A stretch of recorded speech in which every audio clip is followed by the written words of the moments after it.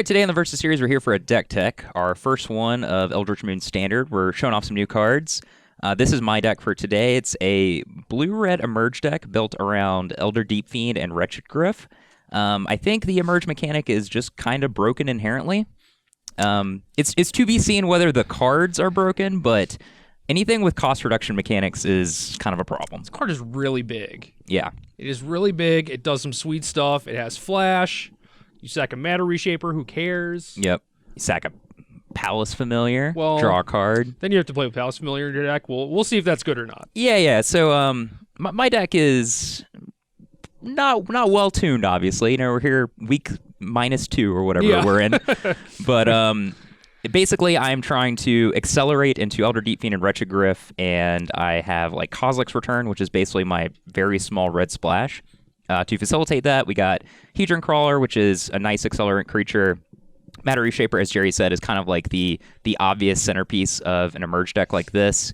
It lets you easily curve, because it's a 3-drop, into Elder Deep Fiend, which costs 4 off of Matter Reshaper, and then you also get the added benefit of drawing a card or putting something directly onto the battlefield, which is really powerful. Please put another Matter Reshaper in play. Yeah, like you can basically just like. So this is like kind of like a Dark Ritual, right? So yes. And then you can Dark Ritual, draw a card. Yeah, and then you can just like put another thing into play for free, so Yeah. generate like 3 more mana. Reality Smasher, kind of just generic aggressive card. We have Eldrazi Sky Spawner, which does the same thing as Matter Reshaper to some extent. It also kind of is the backbone of the best draw on this deck, where you can go turn 3 Sky Spawner, turn 4 during your opponent's upkeep. You can sacrifice Sky Spawner to Elder Deep Fiend them, tap all their lands, essentially time walk them. Then you can sacrifice a Sanctum of Ugin, search up a Reality Smasher, and then on your turn 5, you can sack the Scion, play your new 4th land, and play Reality Smasher and hit him for 10. And that's assuming you didn't even do anything on turn 2. Yes, that's not even like, when I say it's upper ceiling of the deck's draws, it only involves 2 cards and a land. It's Deep Fiend, Sanctum, some lands, and a 3-drop. Right.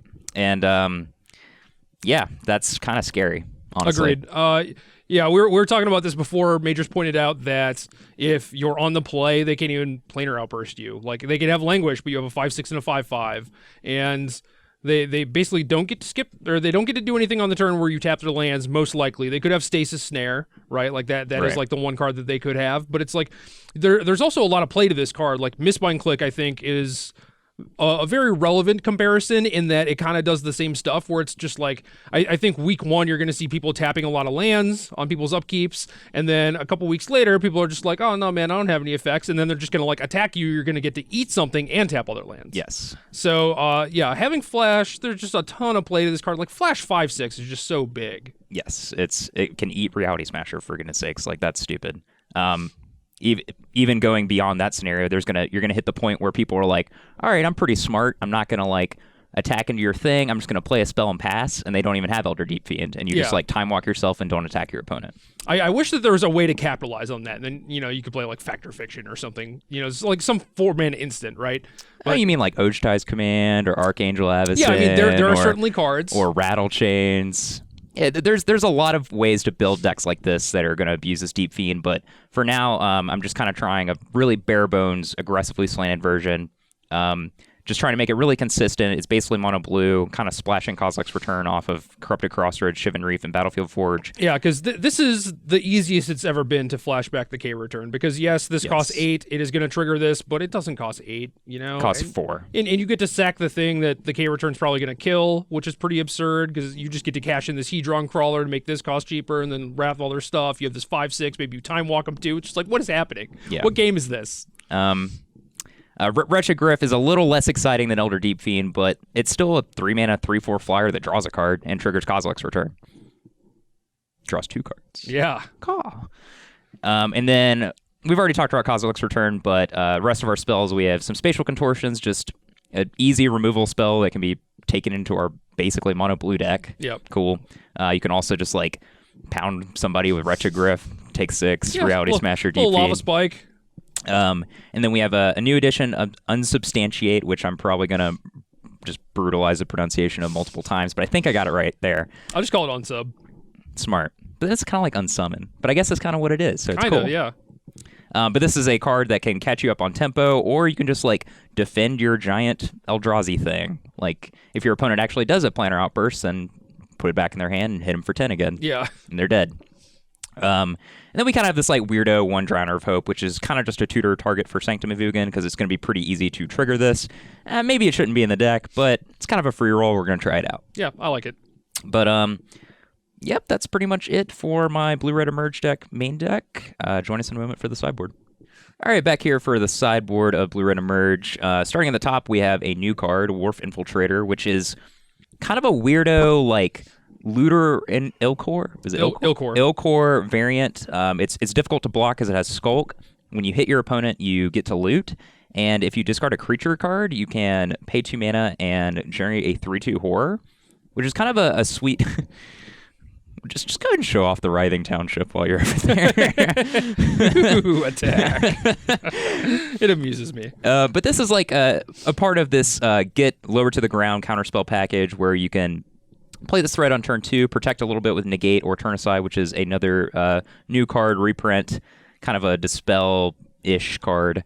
But basically, it's a threat on its own that's very cheap, and it kind of fixes your draw, and maybe there's some weird scenarios where like you're boarding it in against like a creature deck and you want to be able to like deposit your Kozilek's Return to the graveyard. Could see some scenarios like that. I like that.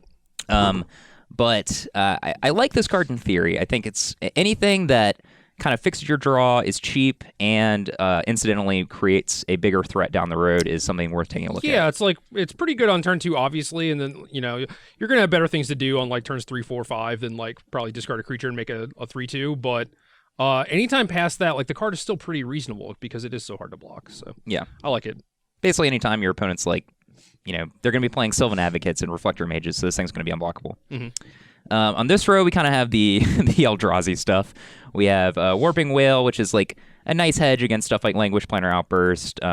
Maybe you're playing against a deck with Jace or Wharf Infiltrator or Hedron Crawler, what have you. Just a nice versatile card for a deck that's able to support it easily. We have Thought-Knot Seer and Reality Smasher, kind of for like mid-range ramp. If you want a little bit more disruption, you can TK your opponents. Easy to search it up with Sanctum of Ugin. You can definitely see some lines where you tap your opponent's lands with Elder Deep Fiend, search up Thought-Knot, and then Thought-Knot them on the following turn to steal their answer. Pretty brutal 1-2 combination. And then on the bottom, we have a Wandering Fumarole and a Kozilek's Return, 4th return, whenever we want to board that card in. I could definitely see where we kind of transform into being more of like a bigger top-end deck where we're interested in just like deep fiending our opponents and flashing back K-Return, and that's kind of like the crux of our game plan. Yep. And we have an extra red source to facilitate that, as well as several matchups where if we want to board in counter spells and the Thought-Knots and Reality Smasher might just want the 25th land. So we got that in there for right now. Yeah, that's about it. Now, like, since your deck is almost mono blue, you can't really do a ton. I mean, like, colorless is kind of an additional color, and you have a little bit of red. So, I think the sideboard for this deck is just generally going to be pretty weak. Right. But for this deck, I like the assortment of cards you have. I feel like it. You found a way to cover a lot of the gaps that the deck has. Yep. So we'll see if it works out. Join us for the games.